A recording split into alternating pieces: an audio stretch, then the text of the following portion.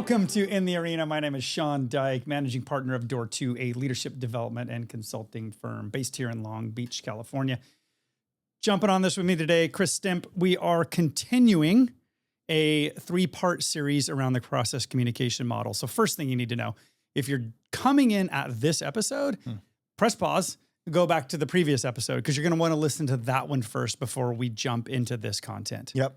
And as that brief reminder, for those of you that maybe listened to it a couple weeks back, process communication model is a tool that we use as a firm. It is a behavioral lens that helps you understand you and others, how they connect, communicate, and handle stress. In essence, your words, I guess they were my words and then your words, it's the owner's manual of you. Yeah. It's a good way to understand yourself, understand others, how to connect with them. In the leadership context, how do I influence? But in the relational context, whether it's with your family, or your friends, or your kids, it's how do I lead them and myself in the best way that matches up who they are and who I am. Yeah, perfect. So as we started this conversation, I think your headspace, which I think was a smart one, was we got to be good stewards of this, and maybe we need to give some ground rules.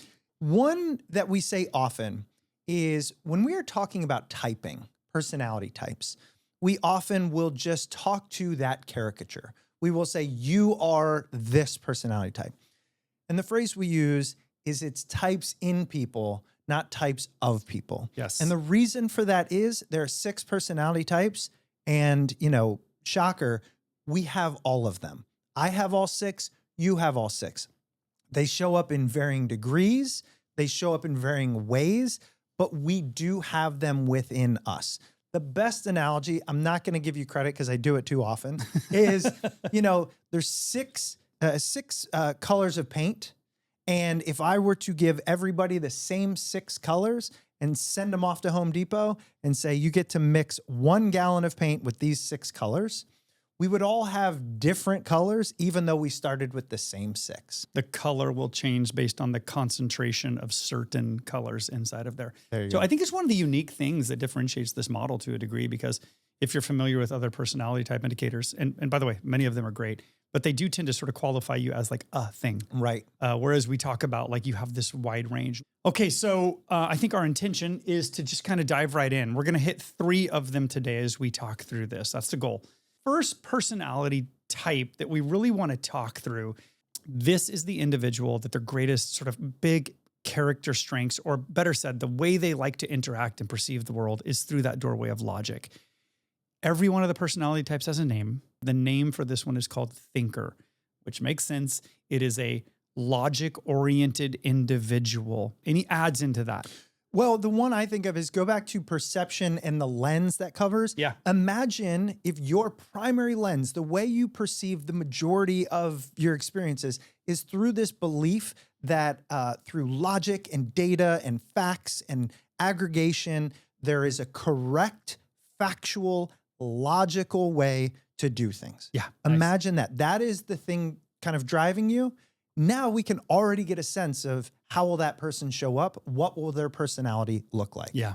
So here's the great example with this. My wife has a lot of this in her. And near where we live, like many cities, there is this intersection called 5 Points. It is where 5 roads come together. You'll laugh at because you've heard me tell part of this story before, but it happened again like a week ago. So we pull up to this intersection, and my wife calmly says, I hate that they changed the light sequence. And I said, what do you mean? And she said the sequencing of lights from each one of the interconnecting roadways. And I said, I'm sorry, you know the light sequence that's happening at this particular intersection? And she was like, of course, you don't. And she went on to explain to me, like, the one that's adjacent to us goes first, and then the one to our right goes next. And then you'll see right now the one on the left is going, so this one is going to follow. But they changed it, and she walks me through the sequencing that they changed it to. And then I sit there and I watch the exact corresponding sequence that she just walked me through happen. Now, when we talk about a story like that, for those in the room or listening that have strong thinker personality parts in them, there's a strength or a concentration of that paint color, as we use that analogy, they tend to go, but that makes total sense. You don't pay attention to those things and you don't know? Right. Those that don't have strong components inside of that tend to think, who the hell pays attention to light sequences? Exactly. You know, the one I use a lot in sessions is when you go to buy something, do you pull up 7 different Amazon tabs, look at the same product, but different buyers, then research it, read the comments, look at the ratings, but know that you probably shouldn't look at 5-star ratings because those ones are probably bought, paid for. So you go to the 3 and 4-star ratings, and then you look at cost on a per unit basis to see if you're getting the best deal. And ultimately the reason is, and I see that thinkers often get this, is it feels like you actually get it wrong if you buy a product and then later either find it for cheaper or it doesn't work. Because this personality type is like, I should have gotten that correct. Yes. There's a right answer and I didn't get it. So this belief and willingness to research and do the due diligence, because they know if they work hard enough at it, there will be a right answer and a reward that comes from that. There's a right answer and I didn't get it. Yes. It's incredibly important for the thinker to feel and experience and know that they were right and their thought processes and the outcomes. So for this personality type, character strengths, logical, responsible, organized. They look through the world, at the world, and through systems and processes very structured, very linearly, very logically, very methodically, very data-driven in their approach. So that logical nature about how they get from point A to point B is what's going to drive their approach to interaction, to problem solving, and to connection. They're also going to have that amplified sense of responsibility. They are going to work before play. They're going to get the job done before they play. It's irresponsible not to, and they're not going to feel okay doing that. So they're much more oriented in making sure that the tasks that need to get completed, regardless of that quantity of work that needs to get completed, that they're going to do it. They are incredible workhorses. Here's a really important piece. There's no correlation to IQ in any of these.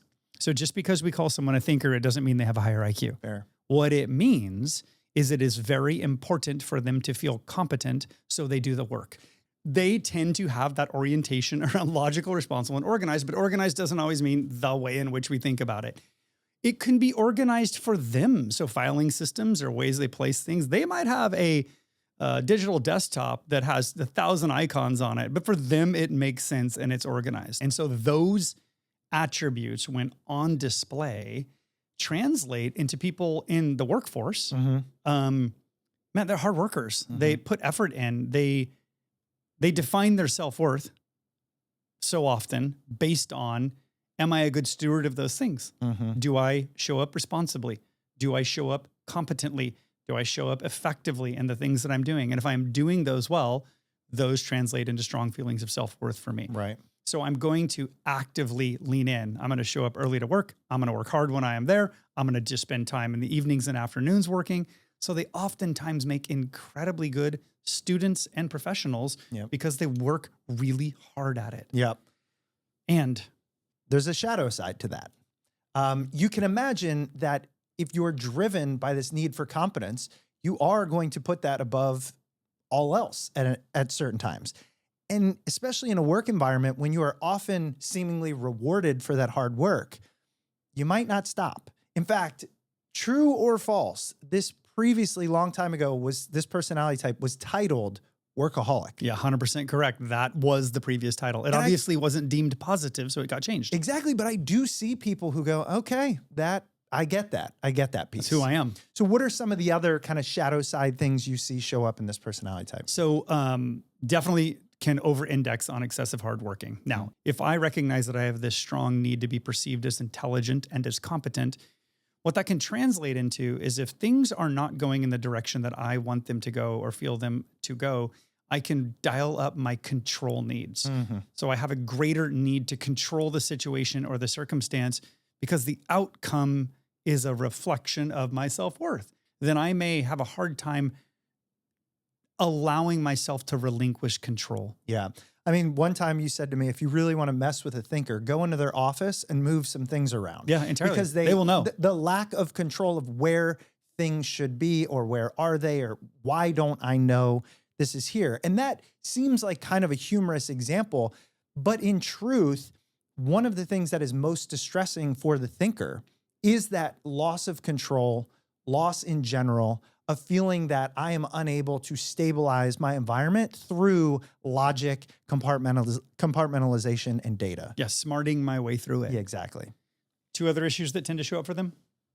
If you're listening, you're going to shake your head and be like, ah, shoot, yeah, that is me. Cleanliness and money.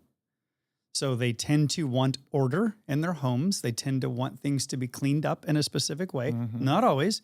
Go into any office that is just clean, crisp, nothing on it, no walls, that is no art on the walls. It's highly probable we have some strong thinker parts at play in there because we feel like we want order in it. Money, it's tied into responsibility. It's tied into money as a proxy for intellect. I've demonstrated capability, and money has come in for me in a way that demonstrates I am worthy of that. So thinker personality types can tend to have control issues, and they can struggle around cleanliness. They can struggle around money matters as well. So now I want to talk about what drives this, because we talked about that in our last episode a little bit, right? Understanding the personality type isn't even as much the goal as when you see this constellation of traits, you can then say this person is exhibiting thinker behavior, which means blank, right? So there's this thing called an existential question. So tell us, what is this existential question? Like at its core, what does it mean? And then what is it for the thinker? Because we'll talk about it for each personality type. Yeah. So existential question in its simplest form is a persistent, sometimes unrelenting script or narrative that we have unconsciously running. For the thinker, it is, am I competent? There is a constant presence of an uncertainty of if they are competent. In the last episode, I had said to you, using this analogy with this person, that when that personality type, when the thinker feels competent, they feel on their game, they feel like the work that they're doing is productive and of high value, they feel like they're smart and showing up well, then they're feeling good. They're in a good space. But if something happens where they're feeling like, shoot, I should have known that. I missed that. I didn't know that. I wasn't prepared for that. I didn't think that through as effectively as I could have. I didn't have the right answer in that. That starts knocking at that echo of, am I competent? And the real drag is we have a self-coach at times and we have a self-critic at times. And frequently that self-critic is that one that is in there that's reminding us. I mean, the narration is terrible, right? We talk terribly to ourselves. Yeah. So the thinker in those spots will go through the, Sean, that was stupid. How could you have missed that? That was dumb. Come on, get your act together. And it's just this unconscious script that is running in the back of our mind at all times. Thinker personality type behavior is always goal-oriented toward feeling competent. So when we say existential question, and the way I word it in workshops is constantly running is, are you competent? Are you competent now? Are you still competent? Oh, good. Oh, wait, now you're not. And you can watch moment by moment behavior change based on what your answer to that question is. Absolutely. It is the driver of either character strength or distress sequence. Yes. Well, and it's funny that you called that because in the model, it's literally called driver. Right. It is what drives your behavior. Why does this matter? If you're listening, pause and think. Am I aware that I have a tendency to question my own competency and in return translate that into behavior? How hard I work, how much effort I put into it, how much fun I choose not to have, how much I underemphasize relationships, my tendency to over-index on the right answer. Another nugget you alluded to is the until script. The pattern is like, I can't have fun until I've completed the task. Right. I can't watch the movie until I've sent the email. I can't go play with my kids. I can't go to the gym. I can't enjoy the experience I want to have until, and then you die. Because just got a little bit of Tom there. Yeah, that's exactly right. That's that point on that script unconsciously is running all the time. This is why we said this model helps you recognize the underlying patterns, the inherited scripts, the unconscious beliefs that we have that are driving us. Right. If I know that, I can create some awareness to it. I can start recognizing that showing up, and I can make an informed choice. It doesn't mean I may not choose that still, Right. but at least I'm in a spot where I'm at the helm. It's not a ghost driving the vehicle. There's no boogeyman. Yep. It's me choosing in this spot. Last thing on this personality type, let's say I get a little bit of what you said. I feel like, oh, okay, I have some strong thinker tendencies. What can I do? Just simple basis to put myself in a better position, to be more resilient. Yeah. As we discussed in the last episode, it is called psychological needs. Yep. What are the psychological needs, the fuel, the bucket fillers for this personality type? Yeah. There are two. First one is called recognition of productive work. And the second one is time management. So it is basically, do I experience on a daily basis that I utilized my time well, that I had productive time in the directions that I needed it to go? So part one is trying to ensure that you are able to frequently, in an ideal world, daily, if not more frequently throughout the day, recognize that the things that you are doing are productive, intelligent, thoughtful, value added in ways that make sense and are meaningful to you. Keeping those to-do lists, recognizing the work that was done, putting yourself in positions and places where you will enjoy the work and be recognized for it. So that is a way of getting it met. And you know this already. As we always say, you and only you are responsible for getting your needs met. Yeah. We outsource that responsibility constantly. So we expect our employers, our spouses, our kids, and our friends to fill that need for us all the time. It's an expectation that we have externally created without their permission. And then we get frustrated when people don't do that for us, which is just a fool's errand, but we do it all the time. So what we say is, it is your job to get those needs met, to figure out how you can take inventory on a daily basis of the competency on display. The second one in that space is really time management, effective use of time. Thinkers live their life by their calendar and their to-do list entirely. So we said earlier, that can make them incredibly productive students and professionals. The challenge you have to watch out for is, as you go about your day, getting all of those things met, monitoring your calendar, monitoring the clock, making sure that you tend to remember that you exist in a world with people. Right. And trying to ensure that that exists. Because the thinkers, they can get lost in that doing, right? Entirely. Instead of the being. Yeah.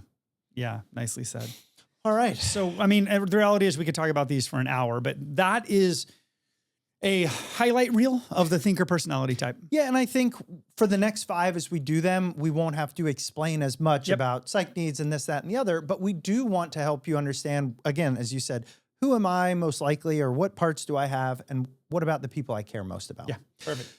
So the next one we're going to cover is the one who we talked about. Actually, you exhibit a lot of these. I do. I didn't used to. That's another conversation. But primary perception is through conviction, beliefs, and opinions. Yeah. The name of this one, as you know, is called the Persister. And the way I think about this one we talk about is, it is those people who have a strong vantage point or viewpoint on the way the world or the way things should be. Yeah, this can be as granular as the way the coffee cups are stacked, the way the dishwasher is loaded. That's the big one. Yeah. Yeah. There's going to be an echo. Many people are like, oh, that's what it is. I'm actually glad you brought that up, though, because right now there are probably some people who went, oh, I care about how the dishwasher is loaded. But it doesn't make you a persister, because it's why do you care? What is driving that? So we will often say that the thinker wants to do the thing right. The persister wants to do the right thing. Anytime we're teaching this workshop, early on, people will misidentify these two, because the thinker and the persister personality will on the surface level, they can look the same in the way they sort of behaviorally approach the world. They can be more factual. They can be more measured. They can be more intentional and managed in their emotional volatility. So they kind of show up in that same way. But you said it perfectly, so I'm just going to echo it again. Thinker wants to do things right. competently, effectively, accurately loading the dishwasher comes from a place of it's the most efficient way to get the dishes cleaned. That's why. The persister wants to do the right thing. So it is looking at the behaviors and the things that we're doing that are in service of their opinion around what the right thing is. This gets tricky. Watch any political debate. And most of the issues that occur, in truth, so many of the issues that occur in the world today, we could spend a long time just on this, are a function of there is no fact. Right. There's no right answer. There's no objective correctness. Yeah. But for persisters, there is a right answer according to their belief system and their values, the morality that they have, the value system that they have developed through their upbringing and people in their life that were heroes. That is the way one should operate. So it may not be about, I'm going to change voting rights. It may just be in my family system, the pillow goes on the couch a very specific way. Right. That's the proper way to put it that way. The zipper gets pointed down, not up. Right. Put it down. What is the challenge with that? The persister tends to have an opinion on everything. So there is a proper way to do everything. Right. The strengths inside of that, though, persisters' conviction and adherence to those value systems, we always say makes it so that they will stand within a strong wind. You know what they stand for. You know what they believe in, and you know that they will act in accordance with the values that they espouse. There is incredible power in that. Yeah, it reminds me of a quote, and I don't know if this is exactly it, but it's, if you don't stand for something, you stand for nothing. Or anything. Yeah, and the persister is that one, at least you know where they stand. Yeah. You know, oftentimes these are the people you're going to deem most trustworthy. Yes. They're conscientious. Yes. They will do the right thing, even if it at times makes it more difficult on themselves or others, because it is the right thing.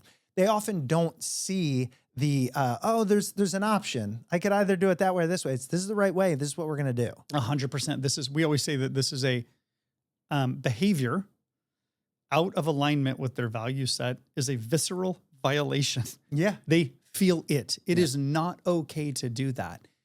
And the thinker will tend to orient that correction on self.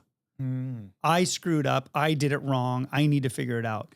The persister will orient their correction on others often because that persister deeply wants their value sets and their conviction to matter and to have influence. So if my conviction and my opinions and my values are put on display and you don't trust them, you don't believe in them, then who am I? And I can start to lose sense. You don't trust me. Right. Now, where this one gets a little tricky, thinkers almost always look like thinkers. When they walk into a room, thinkers tend to have a logic orientation, a structure about them, a responsibility to them, a calendar, a planning mechanism, a methodology, time management. They tend to demonstrate that pretty consistently, regardless of any other indicator of the human, whether they are, whatever their ethnicity is, whatever their gender is, or whatever their age is. Those tend to show up, those constellation of traits tend to show up pretty consistently in that manner. Persister gets a little trickier because it's based on the value set. So if you have someone come into a room that, say, has deep Judeo-Christian values and they have a deep belief in that space, then you're going to experience that. The exact opposite could be true. So if you have somebody that has completely anti-religious views or political party lines or whatever those are, that value set is going to inform how they show up. And then adherence into that value set will at times serve them really, really well.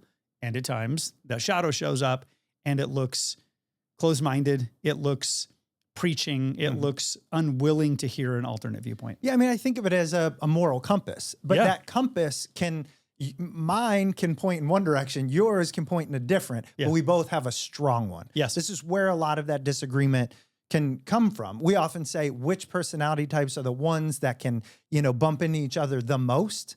And it's persister and persister with opposing value systems or a value set. The vast majority of change that has happened in this world, these have come from the persister in us saying, that's not okay. That's not right. That shouldn't be like that. So I'm going to dedicate my life's work or significant amount of my focus into evolving that into something that is in service of what I believe to be right and true. So let's talk about the idea that in the thinker, we said one of the things that sort of knocks around in their head is that existential question, is that idea of, am I competent? You want to talk about it for the persister?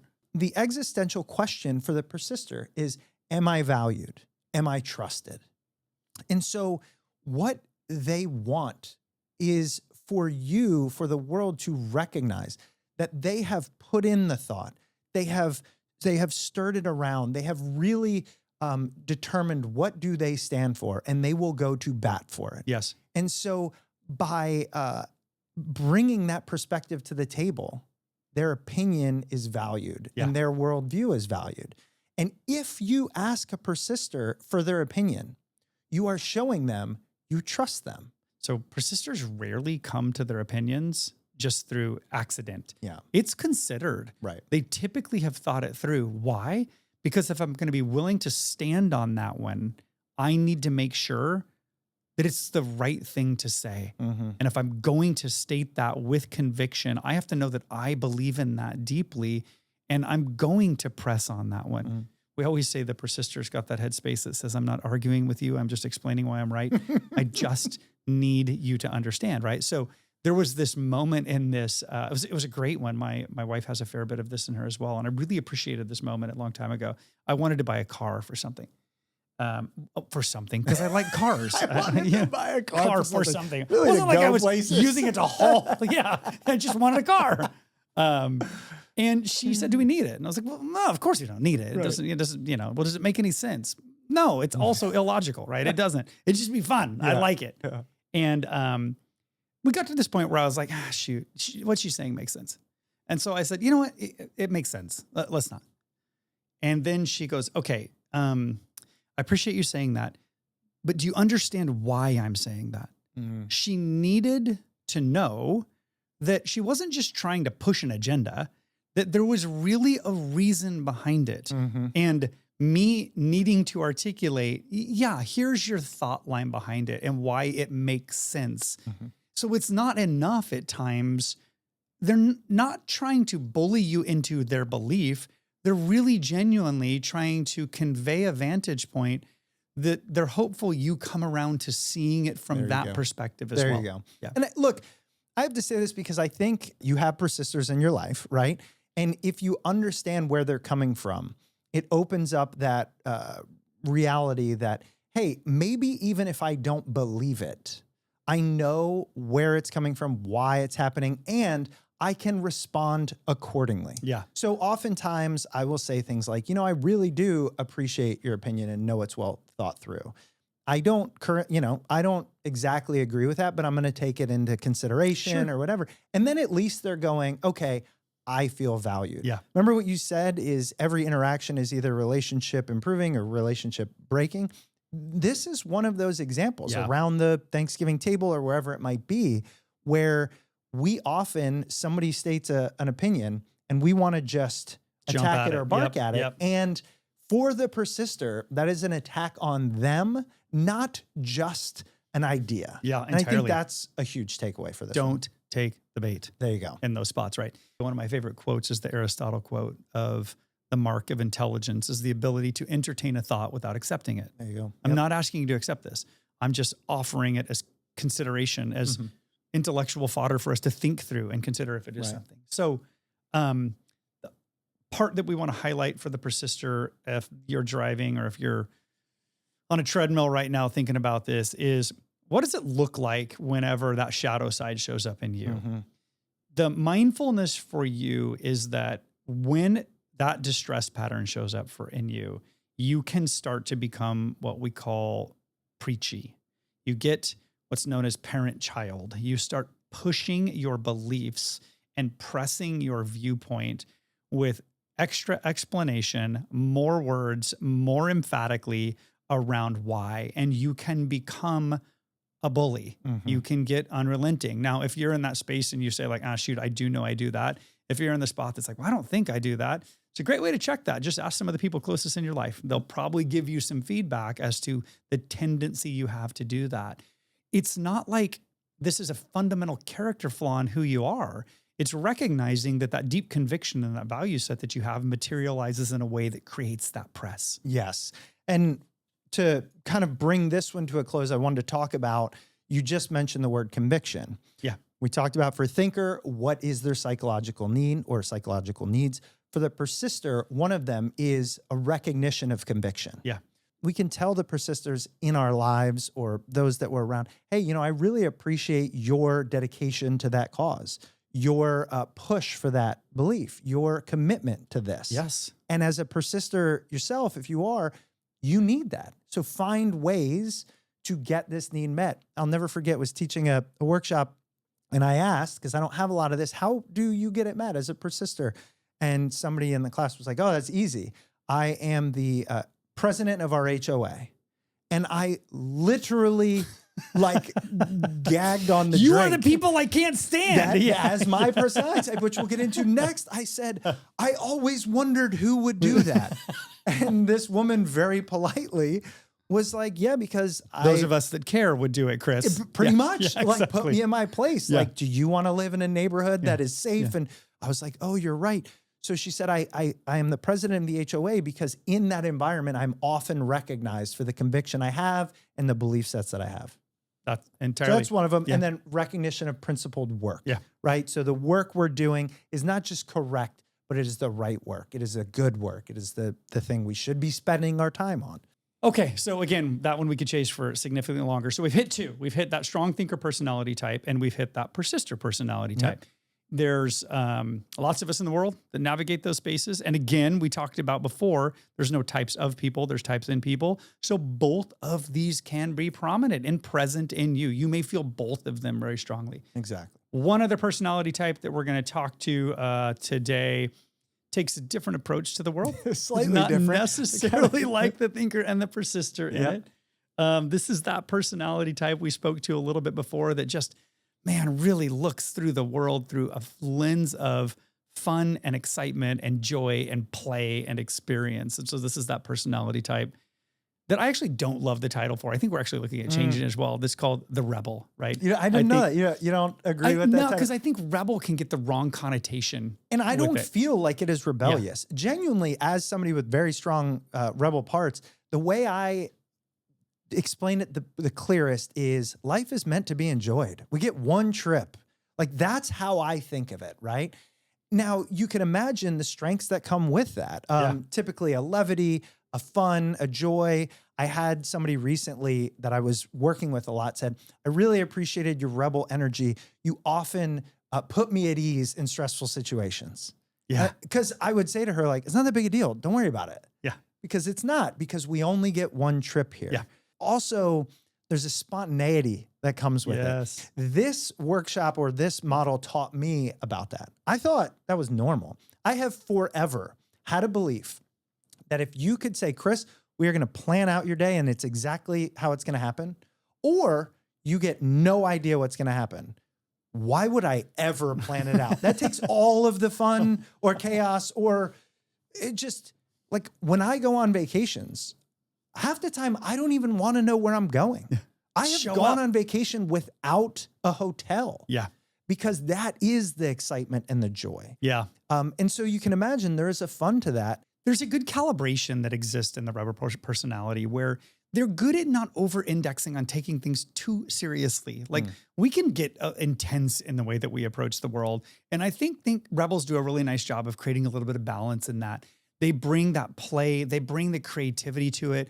Rebel mindsets are phenomenal at being innovative. They are really good at considering what's possible, what exists in a white space that others that might tend to go through a more gravity and grounded based doorway. Yeah. Rebels are really good at operating without gravity and in a space where they're like, who knows what this could be, but let's create possibility with it. The hard part is that play, that creativity, that enthusiasm, that spontaneity, when we live in a heavily dominated thinker, persister, structure, calendar, organized timeline world, well, they can bump into that awkwardly. And that can piss some people off. It can be irritating. It can feel like right now is not the right time to play. It's inappropriate to joke around right now, as the persister might say. Or the thinker can get irritated because the rebel chooses to show up late to a meeting and disrespect them or the time that they could spend in there. But rebels can struggle with responsibility. Yeah. So they can have a hard time with doing the things that need to be done. Because responsibility in and of itself, by definition to the rebel, is the opposite of fun. Yeah.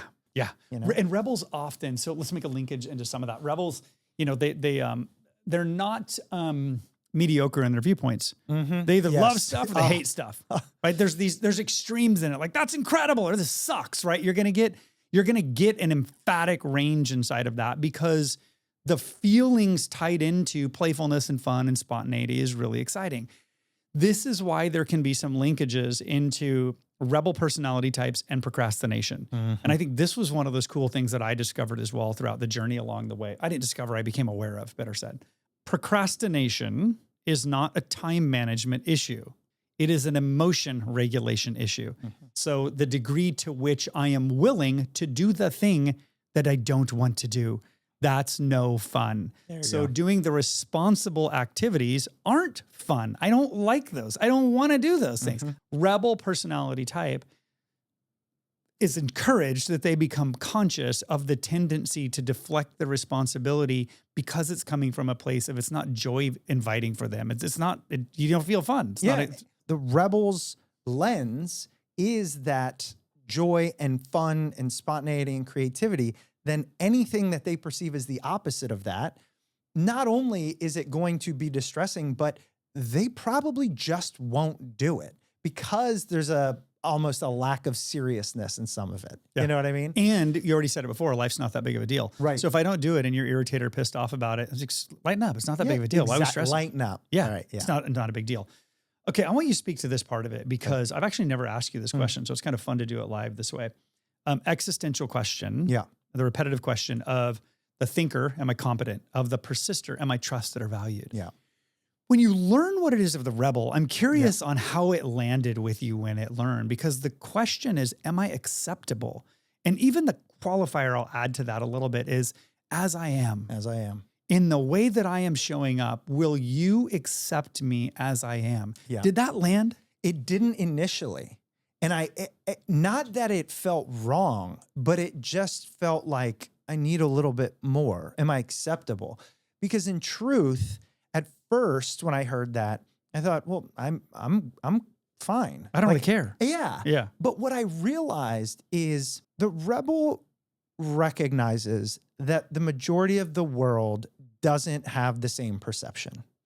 We kind of feel there's a lot of weightiness here, and I don't have that, you know? Yep. Why can't y'all just lighten up? Why can't we have Why fun? so serious? Yeah, why so serious? Why can't we miss this meeting? It'll be here tomorrow. But we know that, and then we know it does shape our behavior. So I might show up a little underdressed or a little late or a little too casual. And that's when it hit me. What is distressing is, am I going to show up that way when I shouldn't and be judged for it? Which is exactly what it is. Yeah. People almost always, when they're learning about rebel, they go, oh, my kids are rebels.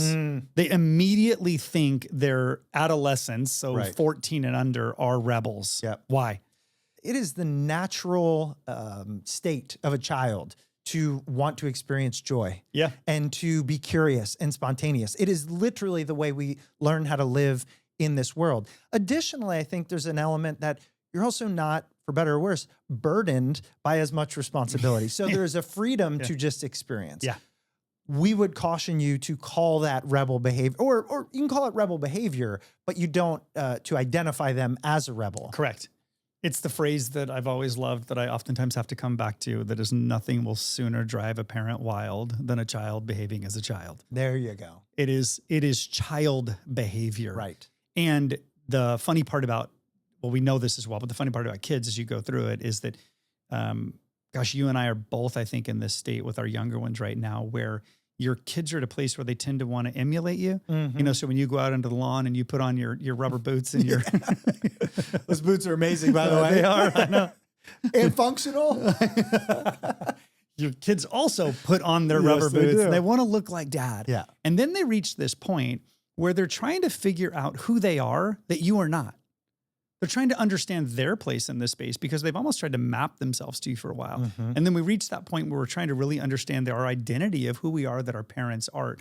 And that stage can feel like they're trying to rebel against me or their behavior is just being rebellious. Yeah. It's not mapped to a core personality type like that. Right. It's just part of a piece of that behavior. So, okay, so if you're that rebel, what's the insight for you? It's being mindful that you do bring incredible, playful, spontaneity, fun into the world. And you might be better served to be conscious on when you dose that in and when you don't. Yes. That especially getting your needs met in the wrong setting tends to not serve you. Right. So don't use environments where you want to be playful and spontaneous and fun when that's just not really the right time to do that one. So regulating and managing that. And at the same time, learning when those are incredibly warranted and valuable and needed and necessary and trying to bring those things present in it. Because, I mean, we talk about this all the time. When we teach workshops, we go through the personality profiles and we pray that there are rebels in the room. Right. Because they're going to bring energy and they're going to make it a little bit easier. In a world that over-indexes on seriousness, rebels can make it fun. And the truth is, in a work setting, I had actually an expert on workplace enjoyment tell me, you probably couldn't design a less fun environment than corporate America.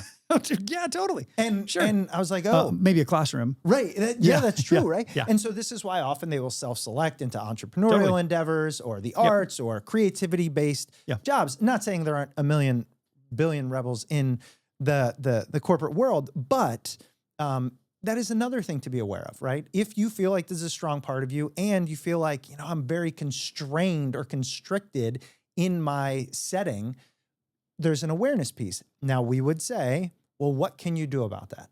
Now, of course, you can change that setting. You can go find a place, or you can try to do better at getting your psychological needs met, which will fortify you against perhaps the structure of work or responsibility of family. Yeah. So in the lightest and easiest accessible form, it's playfulness, it's spontaneity, it's connection, it's not being bored.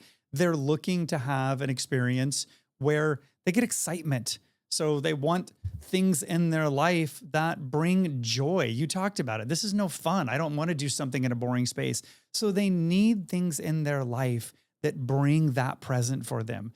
So how do you find spaces where you get to play? This is one of the challenges rebels have in corporate America and in the classroom is they try to get those needs met in environments that don't allow or tolerate that. Aren't for that. No. So the rebel has to figure out, where do I get that psychological need met? Where do I get play in my life? Where do I get a little fun in there? Yeah, the freedom to play, especially as you become an adult and you're almost told, play, it's not useful. That's how I was. Not only it's not useful, it's not productive. You start having a family, it's selfish.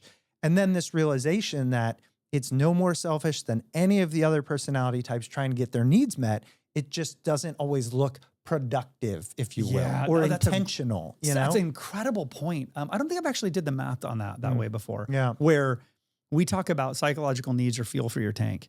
But for the persister and for the thinker, that fuel looks like it's adding back to society more effectively. Whereas the rebel, you're just screwing around. You're just playing and you're taking, which is not accurate at all, right? So that is really one of their core spaces where they need to get some play in their life. I would say, if I could add for rebels listening, it doesn't have to be big either. Like, I love golfing. I'll go golfing. It's 6 hours of psych needs, 100%. But if you have 6 minutes, what is something quick and fun you could do? Maybe it's, go shoot 3 baskets outside. Maybe it's, listen to your music really loud for 2 minutes and jam or dance or whatever. It's interspersed play in small moments that allow you that freedom to say, I feel like I'm enjoying this time. Yeah. We always say, well, it's the micro moments, capitalizing on those different pieces in some way, right? Yeah. So for the persister in the world that has a rebel in their life and they're being playful, play back. Give it a moment, 30 seconds, 15 seconds to whatever that is that they need.